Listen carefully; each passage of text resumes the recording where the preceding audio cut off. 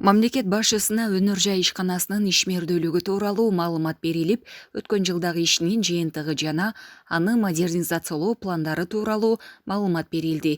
Учурда Кыргыз Петролеум компания Жабык акционердик компаниясы долбоорлоо, модернизациялоо үчүн жабдууларды жеткирүү жана эл аралык стандарттарга жооп берген продукцияны чыгарууга өтүү үчүн инвестицияларды тартуу боюнча комплекстүү чараларды көрүп жатат.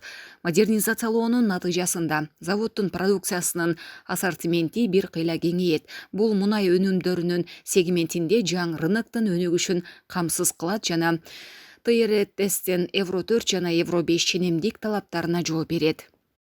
Мамлекет башчысына Кыргыз Петролеум компания Жабык акционердик компаниясынын ишмердүүлүгүнүн тарыхындагы рекорддук көрсөткүчтөрү тууралуу маалымат берилди. Алсак, завод 2020 жылы 47 миллион сомго зыян тарткан болсо, үстүздөгү жылы ишкананын таза кирешеси 160 миллион сомду түздү.